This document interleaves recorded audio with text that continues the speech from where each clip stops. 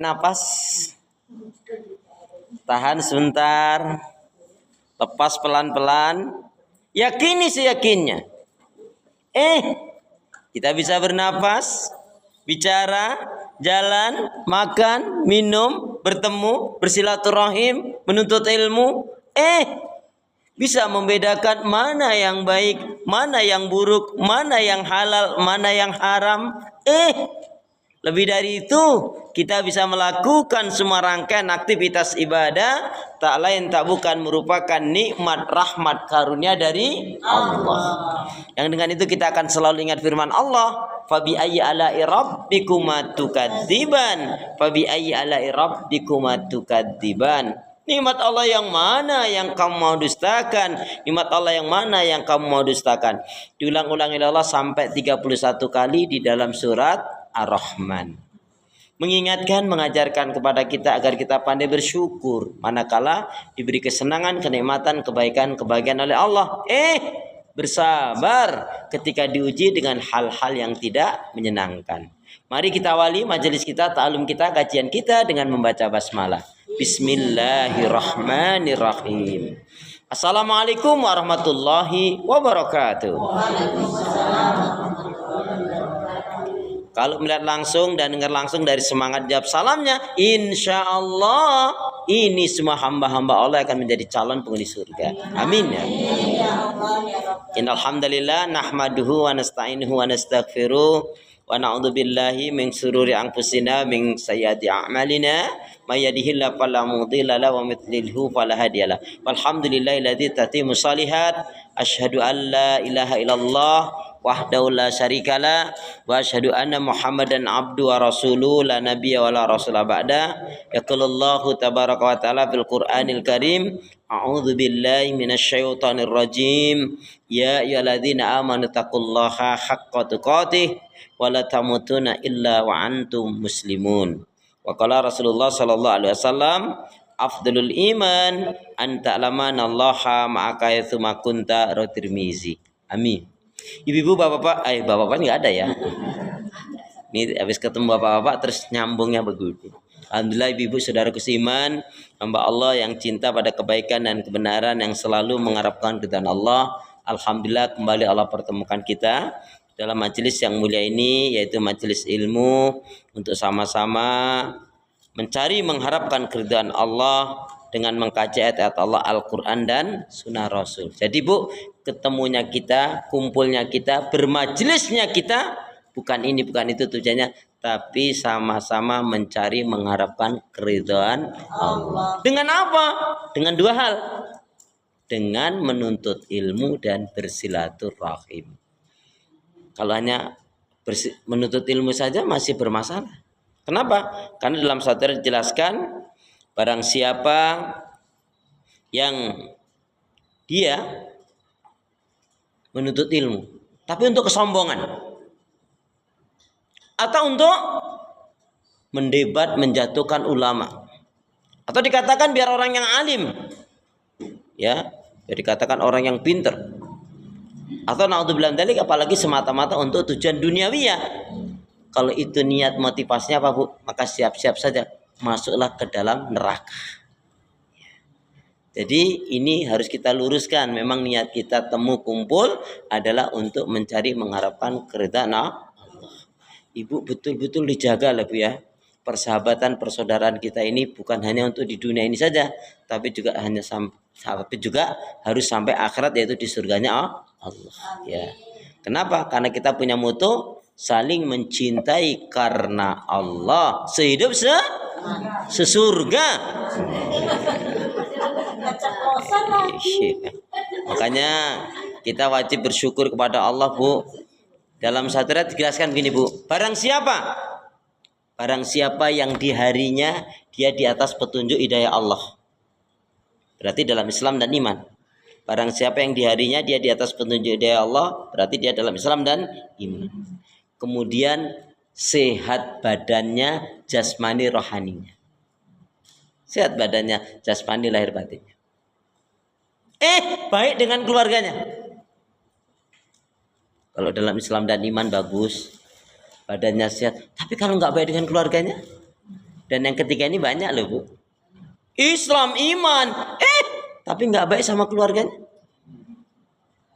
Berarti gimana? Kemudian yang keempat, dia tidak memiliki hutang. Dia nggak memiliki hutang. Dan yang dimakan halal ada, maka seolah-olah dia telah menggenggam dunia ini di tangannya. Amin gitu dong. Lama banget sih. Harus diapa-apain dulu. Jadi kalau dia dalam Islam dan iman, sehat badannya, jasmani, rohani, lahir batinnya sehat, ya, baik dengan keluarganya, saudaranya baik dengan keluarganya apa? Suami baik dengan istri, istri baik dengan suami, orang tua baik dengan anak, anak baik dengan orang tua, baik dengan saudara keluarganya, ya. Kemudian dia tidak memiliki hutang, dan dia tadi itu apa? Yang dimakan halal ada. Kalau hanya dimakan ada saja tapi nggak halal, maka seolah-olah dia telah menggenggam dunia ini. Berarti Bu, kalau kita lihat saksikan beberapa waktu hari sampai hari ini yang naudzubillah min dzalik, si fulan itu jahat misalkan. Dia jahat, ini zalim, terus karena dia jahat, terus kita menjarah barangnya, itu dosanya lebih besar yang menjarah. Kenapa? Ini contoh, ada orang yang jahat, berarti kan barang-barangnya ini kan haram kan? Lah, kok dia tahu ini haram diambil?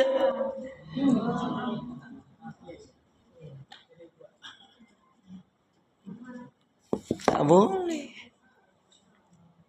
Jahat ya urusan dia jahat. Zalim urusan dia zalim. Tugas kita mengingatkan, menyadarkan, mendakwai, kalau bisa mendoakan. Kalau enggak itu urusan dia dengan Allah, enggak kemudian kita mengambil barangnya. Apa bedanya? Kita enggak suka sama orang. Orang ini zalim, tiba-tiba mobilnya kita ambil atau kendaraannya kita ambil. Dan kita tahu itu bukan milik dia, milik kita mungkin. Kita ngambil barang orang itu, zalim enggak? Zalimnya lipat. Apalagi sampai meyakini, oh ini kan barang haram, diambil. Nah, makanya kita harus ingat Ibu, ketika seseorang sudah dikuasai oleh dunia dan hawa nafsu, maka akan bahayanya akan terjadi 4 hal pada orang tersebut. Saya ulangi, jika seseorang telah diperbudak oleh dunia dan hawa nafsu, yang itu kaitannya dengan kemerdekaan, maka 4 hal akan terjadi pada orang tersebut. Mau tahu? Lihat dulu ayatnya. Ayatnya mana? Yang paling banyak menyebabkan rusak manusia, hancur manusia, dikarenakan terlalu mencintai dunia dan mengikuti hawa nafsu. Surat Al-A'raf. Surat Al-A'raf ayat yang ke-176. Coba Qur'annya sama enggak dengan Qur'an saya? Ya. Surat Al-A'raf Qur'an saya surat yang ke-7. Ayat 176. Ya, akan dibaca qari'ah kita Ibu Haja Awiyah. Ya. Dan sekiranya kami menghendaki niscaya kami tinggikan derajatnya dengan ayat-ayat itu. Tetapi dia cenderung kepada dunia dan mengikuti keinginannya yang rendah. Dan perumpamaannya seperti anjing. Ya. Jika kamu menghalangnya, dijulurkan lidahnya. Dan jika kamu membiarkannya, dia menjulurkan lidahnya juga. Demikianlah perumpamaan orang-orang yang mendustakan ayat-ayat kami. Maka ceritakanlah kisah-kisah itu agar mereka berpikir. Faksusil qasasa la'allahum yatafakkarun. Ceritakanlah Muhammad kepada umatmu agar mereka mau berpikir. Walau syi'na la rafa'nahu biha walakinnahu ahlada ilal ar wa taba'a hawa. Wa mathaluhu kamathalil kalbi in tahmil alaihi alhaj atau tatruku yalhaj Dzalika matsalul qaumil ladzina kadzdzabu bi ayatina faqsusil qasasa la'allahum yatafakkarun. Sekiranya kami kehendaki manusia itu akan kami tinggikan derajatnya dengan ayat-ayat kami Al-Quran. Artinya orang yang hidupnya mengikuti menjalankan Al-Quran, maka dia akan ditolong, dibahagiakan, diselamatkan, diridhoi, dicintai oleh Allah. Amin. Tapi Bu, kalau orang itu sudah meninggalkan Al-Quran, maka apa Bu? Kalau orang itu meninggalkan Al-Quran, malah Allah akan datangkan setan. Yang setan itulah yang akan mengombang-ambingkan di dalam kesesatan. Ustaz, kalau gitu Allah masa mendatangkan kita setan? Bukan Bu, artinya Allah meninggalkan kita. Sebab kalau kita sudah ditinggalkan oleh Allah, yang menguasai kita apa? Setan. Ibu udah pernah ngeliat setan? Who is setan? Siapa itu setan? Siapa itu setan? Makhluk yang terbuat dari api. Ibu terbuat dari apa? Misalnya dari tanah. Buktinya ibu terbuat dari tanah. Manusia itu buktinya terbuat dari tanah, gimana ngetahuinya? Lihat saja. Manusia ini katanya terbuat dari tanah. Lihat saja. Ya, kalau dia suka belanja berarti dari Tanah Abang. Kalau dia suka sengketa berarti dari tanah kuburan. Ya.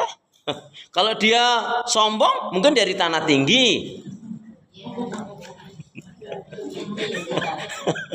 Iya kan? Ya. Nah, Ibu belum pernah lihat setan. Berarti Ibu belum ngerti definisi setan.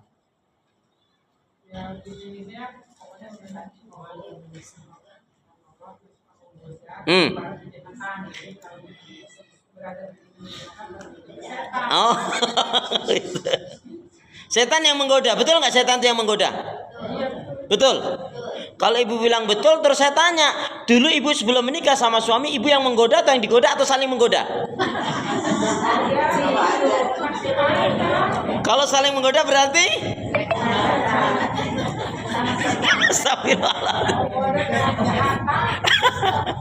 Setan itu ibu, setan itu adalah makhluknya Allah juga, tapi makhluk yang buruk, jahat. Jadi setan itu adalah makhluk yang buruk, jahat, sombong, buruk, jahat, sombong, suka melanggar hukum aturan syariat Allah. Buruk, jahat, sombong, suka melanggar hukum aturan syariat Allah. Bukan hanya sampai situ Bu. Kalau itu kan dirinya saja. Dan mengajak pada kekafiran, kemungkaran, maksiat dan dosa. Itulah setan, baik dari golongan jin ataupun manusia. Minal jin nati wan nas. Makanya mohon maaf, suami bisa jadi setan, istri bisa jadi setan, anak bisa jadi setan, menteri bisa jadi setan. Kok menteri nyusahin, ngacekin terus, misalkan ini kan setan. Pemimpin raja bisa jadi setan. Ini contoh, ada seorang laki-laki, seorang suami pulang Bu, bawa berapa bendel uang kepok, dan semuanya merah. Kan suaminya kaget. Oh, istrinya. Berarti perhatikan, istrinya kaget lah. Assalamualaikum, salam. Mah, cepat mah, Pak. Simpen mah. Ya Allah Pak, ini apa? Ya ini uang. Ya Allah Pak, banyak banget. Ini gimana ceritanya Pak? Mama kan tahu kalau aku niat kepala bagian. Ya kalau aku nggak nyolong ya nggak mungkin bisa banyak uang segini toh Mah. Oh gitu toh Pak. Jadi Papa ini diam-diam ngambil nyolong korupsi. Ya iyalah, Mah gimana? Kalau nggak bisa mana mungkin bisa bawa uang seperti ini. Pak lain kali hati-hati ya Pak, jangan sampai ketahuan. Berarti istrinya setan juga. Karena dia mendukung dalam kejahatan, maksiat dan dosa. Malah bilang hati-hati apa bisa lagi aku dukung deh. Astagfirullahaladzim. Nah, berarti definisi setan seperti tadi itu. Kenapa? Karena ada kata-kata minal jin nanti wanas. Ya. Kalau suaminya bawa uang haram, apa ini Pak? Ya aku pinter-pinter aku lah mah. Istighfar Pak, istighfar Pak. Kamu diam-diam kelakuanmu seperti itu. Jadi selama ini Papa melakukan seperti itu. Ya iya, berarti Papa memberikan aku selama ini barang yang haram. Ya iya lama gimana kalau nggak aku punya seperti itu. Ya udah kita tobat aja ya Pak ya. Habis itu kita nggak lagi ya. Habis itu tobat terus ngulangi lagi. Itu kurang ajar juga kalau gitu. Ya, Bu. Oh gitu ya. Baik. Astaga. Bu ya kita kembali. Jadi saya ulangi lagi. Kalau orang sudah dikuasai oleh hawa nafsu, kalau orang meninggalkan Al-Qur'an, maka Allah akan mendatangkan setan. Maksudnya apa? Allah akan membiarkan setan menguasai orang tersebut. Lihat surat Az-Zukhruf. Surat Az-Zukhruf Quran saya sih surat 43. Quran saya loh. Jadi sama nih. Qurannya Bu Sulisa beda kayaknya dia. Surat Az-Zukhruf. Oh sekalian ayatnya. Surat 43 ayat 36. Ya, surat 43 ayat 36. Wa may ya'shu an dzikri rahman nuqayyid lahu syaitanan fa huwa lahu qarin. Monggo. Monggo Bu Anti boleh?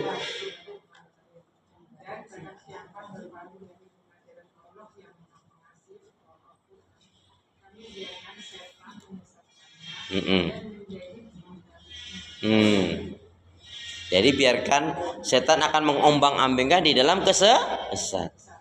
Baik Ibu masih ingat di antara yang kita takuti dalam kehidupan ini apa? Coba yang masih ingat. Bu Damsuki kalau lupa nggak apa-apa, biar sampingnya aja yang jawab. Bu, tadi pertanyaan saya apa tuh tadi, lupa aku malah.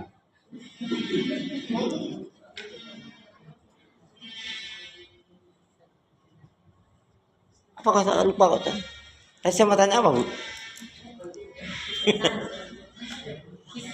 Gini maksudnya Bu, ketika seseorang tadi sudah meninggalkan Al-Quran, maka setan yang akan mengombang-ambingkan di dalam kesesatan.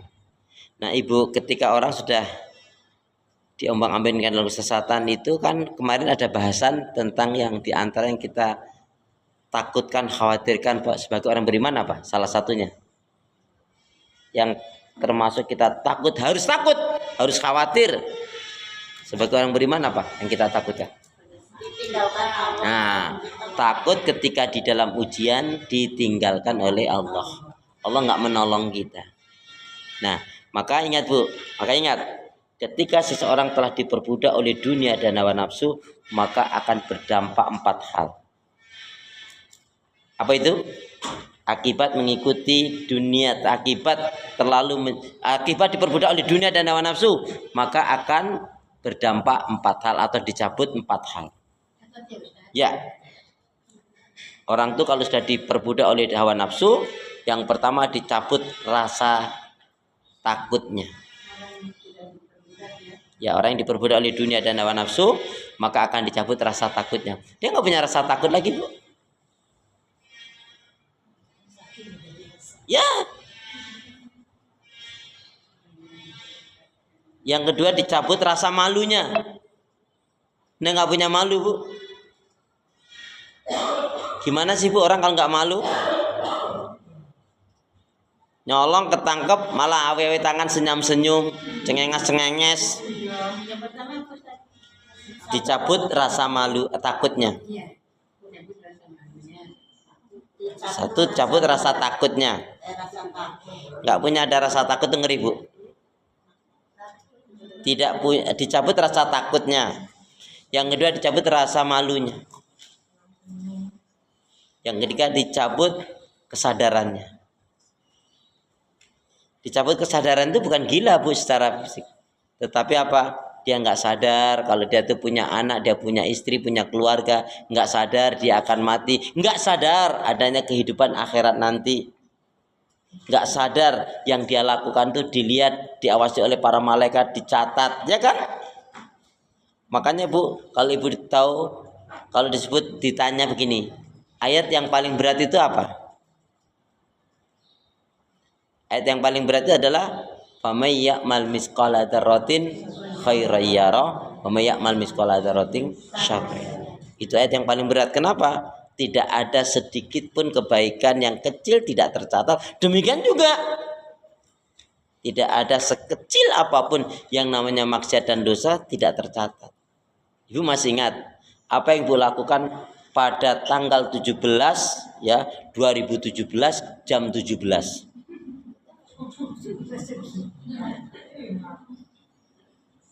Wong seminggu yang lalu aja lupa. Ya, naudzubillah min dzalik. Kalau orang sudah cabut rasa takutnya, malunya, kesadarannya, Bu, wah udah. Dan memang orang yang memakan yang haram seperti itu dampaknya. Salah nggak merasa bersalah. Makanya betul, gara-gara ucapan mulutmu itu hancurlah dirimu. Pertama Ustaz takut dicabut rasa takutnya. Nah, Kedua dicabut rasa malunya. nah, 3 dicabut kesadarannya. Kesadarannya, 3 keempat. Yang keempat adalah ini apa, Bu? Naudzubillah min dzalik. Orang ini yang keempat ngerinya bahayanya apa, Bu? Dampak yang keempat apa? Akan menghalalkan segala cara. Tabrak sana, tabrak sini. Waduh, Bu, kalau sudah menghalalkan segala cara ini, Bu, nggak ada baginya yang haram, Bu. Yang penting happy, yang penting senang. Padahal, Bu, sesenang-senangnya manusia itu, saya tuh sampai hari ini belum pernah ngeliat, Bu, kayaknya orang tuh kalau makan sampai piringnya dimakan, belum pernah saya lihat itu. Iya kan? Makanya kalau kurban tuh nggak boleh dari Kuningan, Bu. Kurban tuh nggak boleh dari Kuningan. Keras. Astagfirullah. Baik ya. Nah, itu mukadimahnya hari ini. Berarti apa, Bu? Wajib kita menundukkan hawa nafsu kita dan jangan sampai kita diperbudak oleh dunia. Bu, kalau hadis Nabi gimana? Ad-dunya mataun wa khairu matahya al-mar'atu shalihah. Dunia itu bagaikan perhiasan. Sebaik-baiknya perhiasan adalah wanita yang shalihah. Berarti perhiasan yang terbaik adalah wanita yang shalihah. Atau ad-dunya mataun, kata Rasulullah, dunia itu bagaikan perhiasan, sebaik-baiknya perhiasan adalah wanita yang shalihah. Berarti wanita shalihah itu adalah perhiasan yang terbaik. Berarti kalau wanita itu adalah perhiasan yang terbaik dunia, berarti dia masih tertarik nggak dengan yang namanya perhiasan? Masih tertarik. Loh, kan dia sebaik-baiknya perhiasan. Berarti dia masih nggak tertarik dengan namanya perhiasan. Loh, wong dia aja terbaik kok. Terbaik buat suaminya. Nggak harus dengan suaminya, ini umum. Tapi kan untuk umum, untuk suami.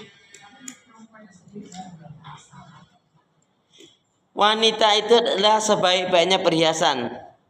Ya, dunia mata dunia itu adalah bagaikan perhiasan, sebaik-baiknya perhiasan adalah wanita yang shalihah. Berarti kan wanita shalihah itu adalah perhiasan yang terbaik. Nah, pertanyaannya, dia masih nggak tertarik dengan yang namanya perhiasan? Tertarik masih? Wajar, waras, lumrah. Sedikit. Gitu. Masa sedikit tertariknya? Karena saya tanya, suami bilang, "Mah, kamu ingin tak beliin emas 30 gram atau 90 gram, Bu, beli mana?" Waras, sehat. Ya. Iya. Nah, kalau iya itu sehat waras banget itu ya. Nah, terus kalau suami nggak nawarin gimana, Bu? Minta. Kami diem aja, wassalam. Kau minta aja kadang-kadang mintanya tahun ini dibelinya tahun kapan? Malah diem aja. Ya caranya, ya Allah, tangan ini kok kosong ya, kalau ada isi kan insya Allah bagus banget.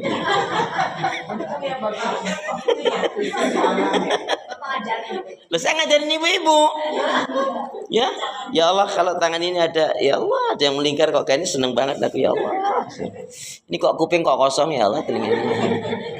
Ih, kalau di sini kok kayaknya ada yang melingkar, ya Allah, gitu. Ya, baik. Jadi adunya mataun wa khirmatahi almar'atu sholihah. Dunia itu bagaikan perhiasan, sebaik-baiknya perhiasan adalah wanita yang sholihah. Karena wanita sholihah itu adalah sebaiknya perhiasan, maka kalau dengan namanya perhiasan dia masih tertarik atau tertarik banget? Ya, waras dan wajar lumrah.